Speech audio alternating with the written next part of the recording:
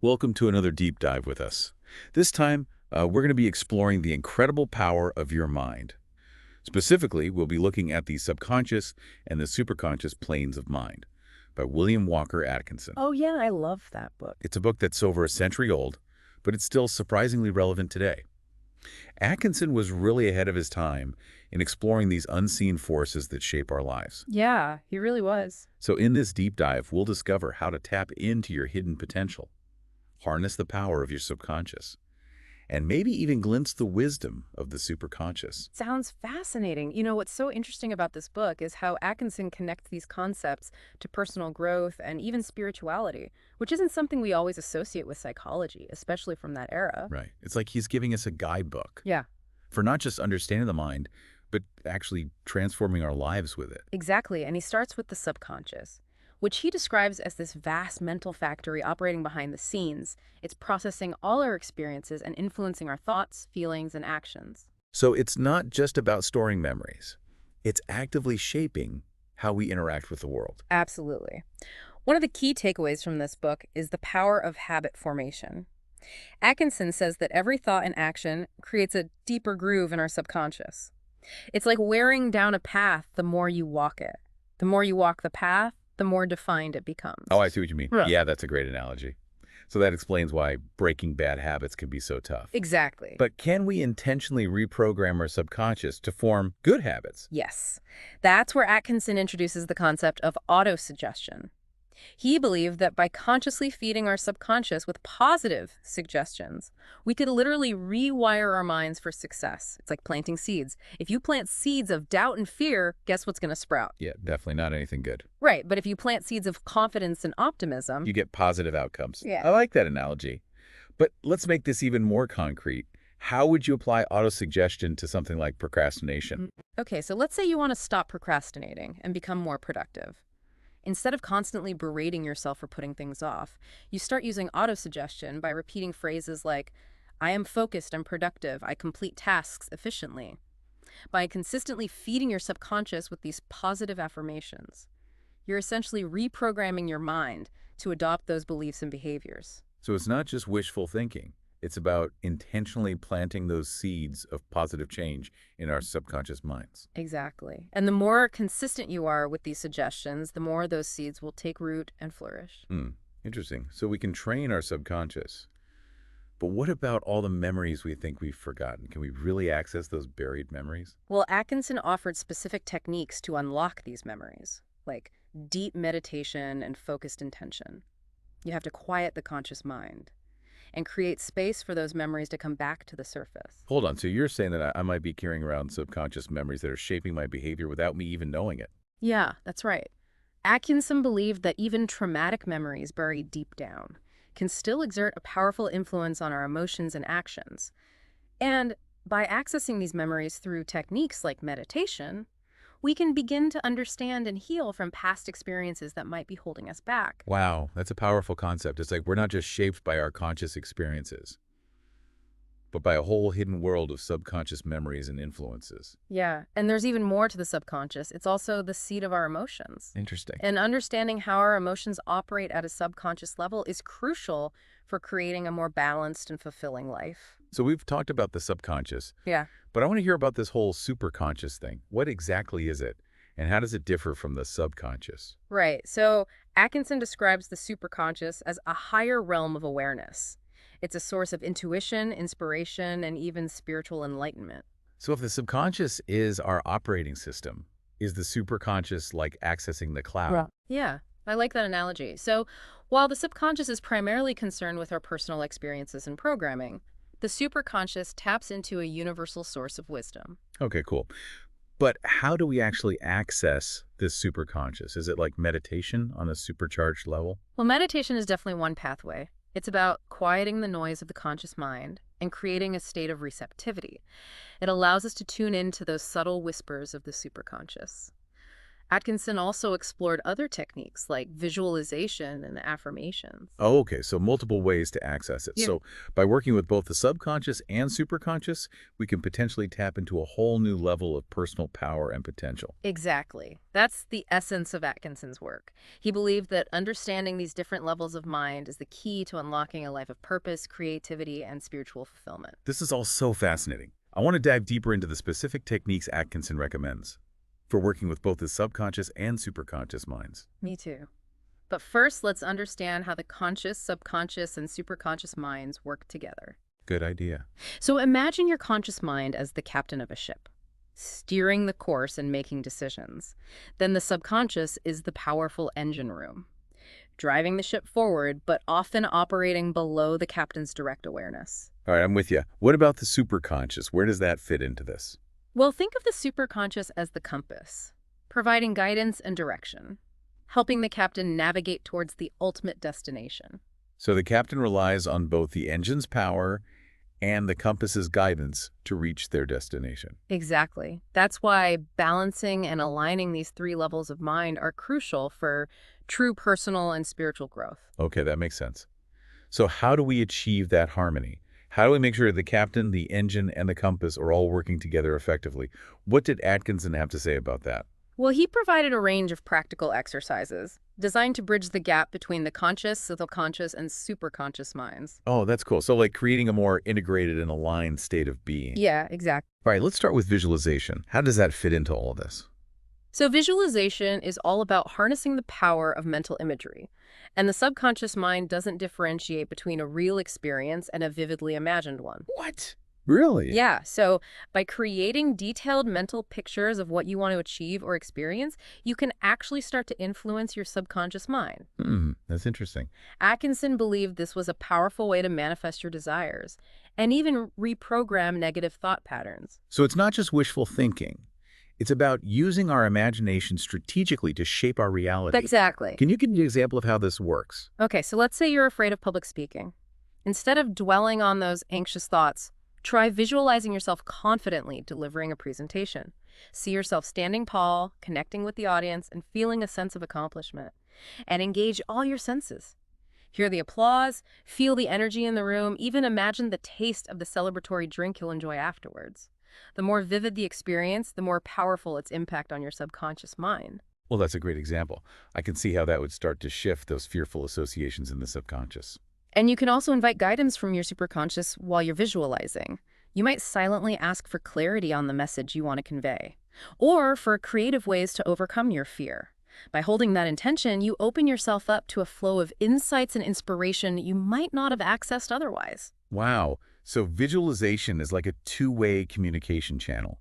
We're sending messages to the subconscious and opening ourselves to receiving messages from the superconscious. Absolutely. That's really cool. And that's just one of the many ways Atkinson believed we can tap into the incredible power of our minds. This is all so incredibly inspiring. It feels like we're not just talking about personal growth anymore. We're talking about a profound shift in consciousness, Yeah. like a way of living that's more aligned with our true nature and our connection to something greater than ourselves. Yeah, that's exactly what Atkinson envisioned. He believed that by understanding and mastering the power of our minds, we could not only improve our own lives, but also contribute to a more harmonious and enlightened world.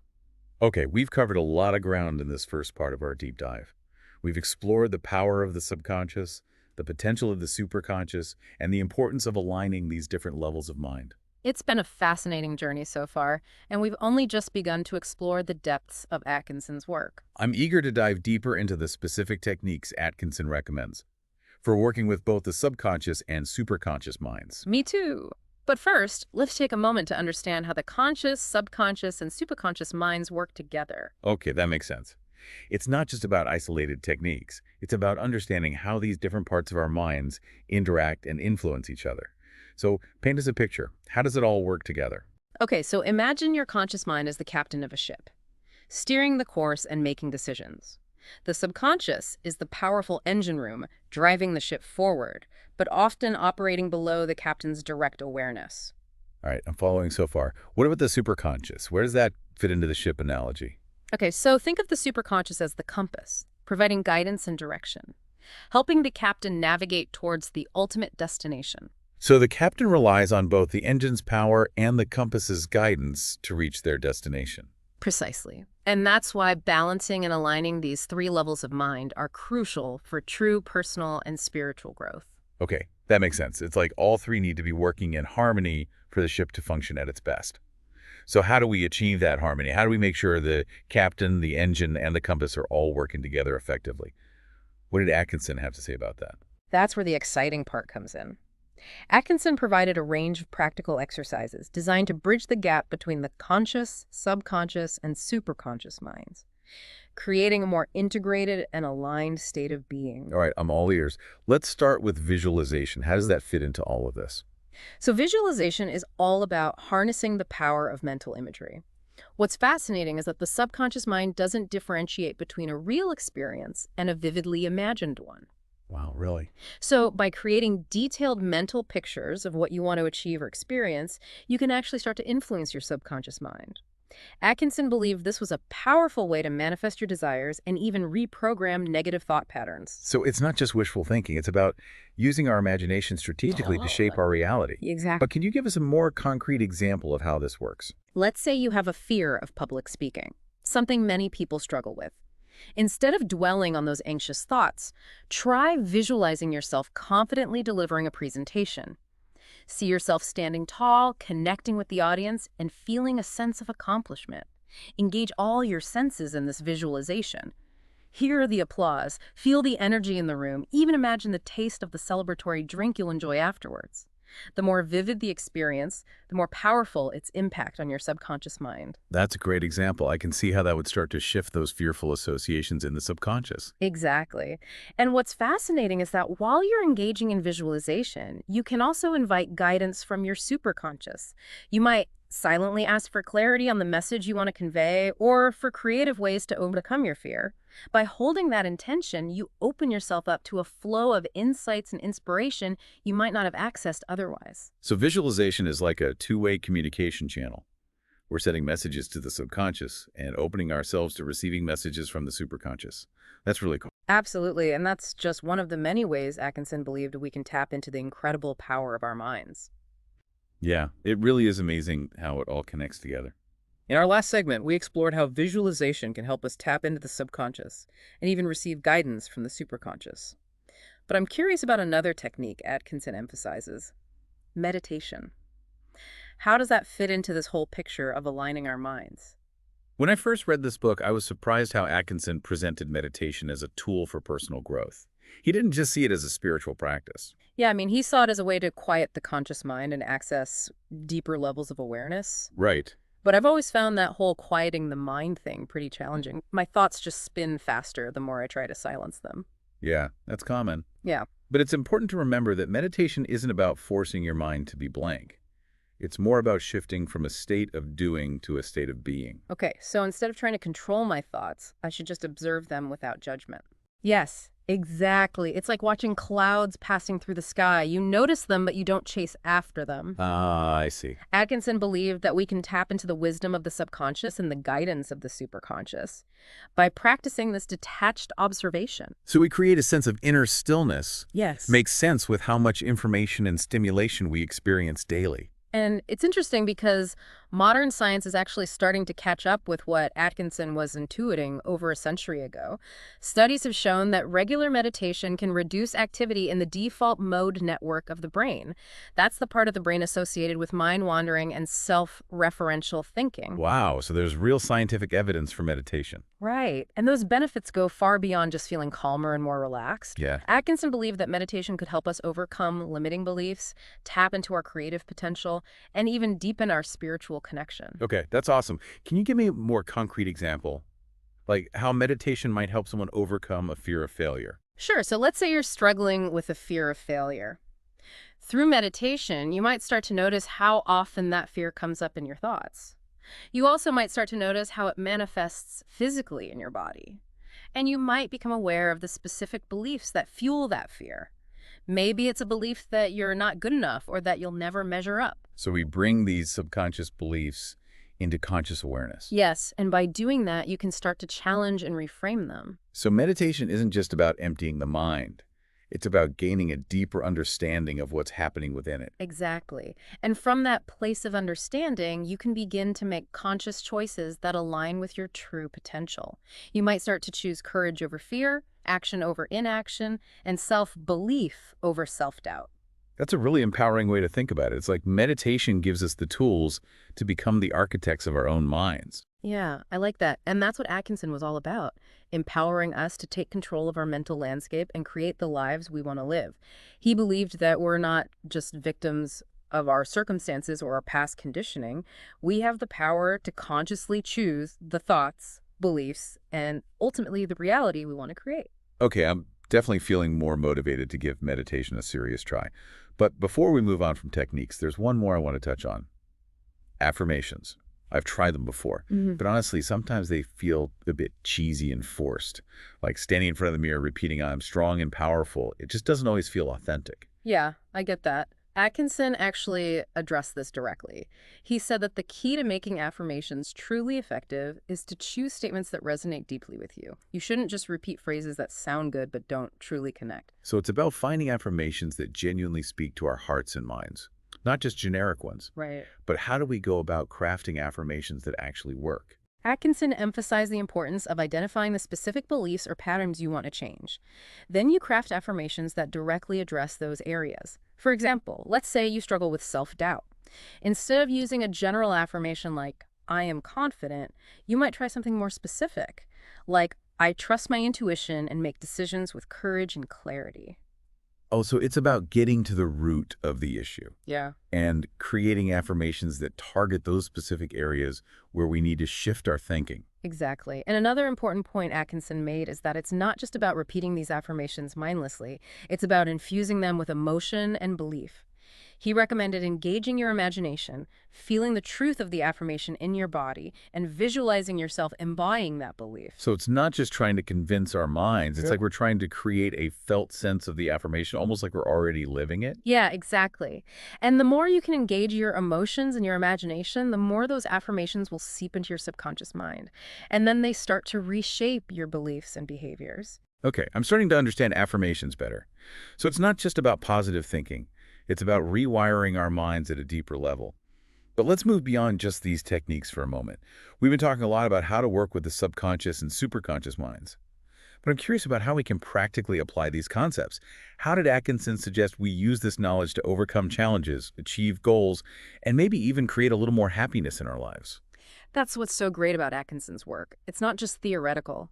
He believed that by mastering the power of the subconscious and superconscious, we could overcome fear, cultivate a success-oriented mindset, enhance our creativity, and even deepen our spiritual connection. That's a lot. Let's start with fear. How did Atkinson suggest we use these principles to overcome fear and limitations? One of the most common things Atkinson talked about was using visualization and affirmations to reprogram limiting beliefs and fears. He believed that many of our struggles come from negative beliefs we've internalized, often from childhood or societal conditioning. So it's like those negative beliefs become self-fulfilling prophecies. We start to believe we're not good enough or that we're destined to fail, and then our actions reflect those beliefs, ultimately leading to the outcomes we fear. Exactly. And that's where the power of the subconscious and superconscious comes in. By using techniques like visualization, we can start to challenge those limiting beliefs and replace them with more empowering ones. So we visualize success instead of failure. We affirm, I am capable and worthy, instead of I'm not good enough. Right. It's about consciously choosing thoughts and beliefs that support our growth and well-being, rather than allowing those old negative patterns to continue dictating our lives. Makes sense. But what about really deep-seated fears, the kind that make your heart race just thinking about them? Can these techniques really help with those? Atkinson believed they could. He saw fear as a product of the subconscious mind, often rooted in past experiences or imagined threats. And while fear can be a powerful motivator in some situations, he emphasized that it can also be incredibly limiting. It can prevent us from pursuing our dreams and living fully. So how do we use these techniques to overcome those deep-seated fears? Is it just a matter of visualizing ourselves being fearless or affirming, I'm not afraid? Sometimes it's a bit more nuanced than that. Sometimes it's helpful to Figure out the root of the fear, like where did it come from, what experiences or beliefs are feeding it. Atkinson talked about a technique called retrospection. It involves reflecting on past experiences to understand how they might be influencing your present fears. So we have to face the fear, Yeah, not just ignore it. right. And once you understand the fear, you can start to address it more directly through visualization, affirmations, and even meditation. So we've covered overcoming limiting beliefs and fears. We've covered cultivating a success mindset. And we've covered enhancing creativity and problem-solving skills. But there's one more area I want to touch on, the spiritual dimension of Atkinson's work.